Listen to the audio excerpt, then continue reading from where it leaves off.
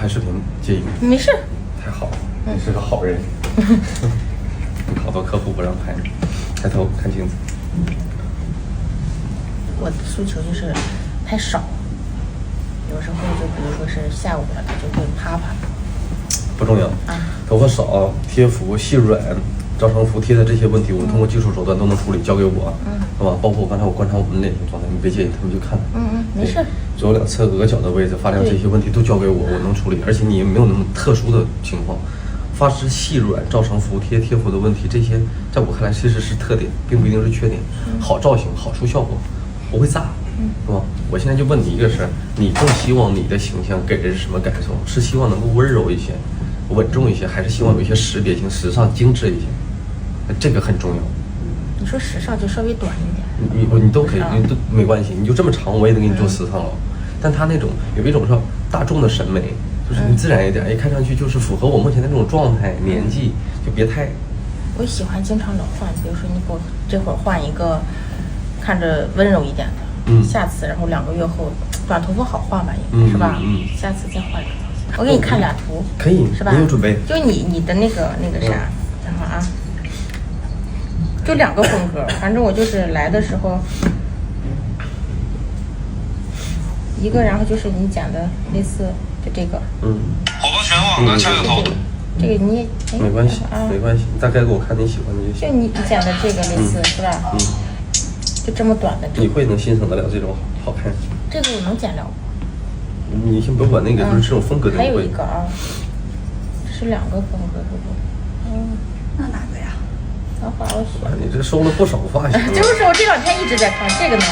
相比较那款来说呢，这个会更靠谱一点。这个是不？我跟你讲为什么，你过来就行。这个发型看上去它精致，相对能够显得把人精气神表现出来。给你做头，我第一个感觉两边别太宽太圆，容易显成熟。你看我做那个发型啊，两边丰盈一些，它有一些复古的状态，也精致，但是一旦打理不好，成熟了，觉得革命感。明白。但是刚才那个它就会有一些酷帅的中性印象，整体的人的精气神是往上拔，长度又不会很短。我看到过这个，就类似这种印象。对，一会儿我给你找我要帮你做出来的大概效果。在目前这个长度上帮你把精致和时尚的味道做出来，然后我教你怎么打理。有一个这样的事儿，先晚一点给你找图，就是我们的刘海。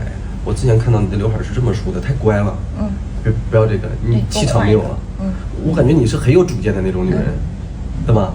别整那么乖啊，别盖，打散开，能自己夹一夹吗？他就没人夹，能吗？可以，会夹。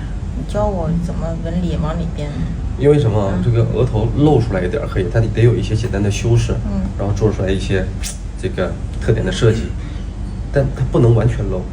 对，因为有一些隐约的这种遮挡会好一些。两侧的地方窄一些，长度上在你这长度上会稍微短一点，大概在这个位置，在你下巴以下一指，大概这样子过来。左右两侧平时打理收过去，剩下的交给我，我给你找一个类似于那种款式的格调，好吗？得烫吧？你有时间烫吗？这个点了？我想烫一下，头发太少，是不是烫完效果不好？烫时间长吗？我先给你找效果，烫那些事我们晚一点再说。参考卷要比它松，要有型，卷要比它松一些。我就喜欢它。啊，你喜欢它，非常好。达成这开始翘翘的。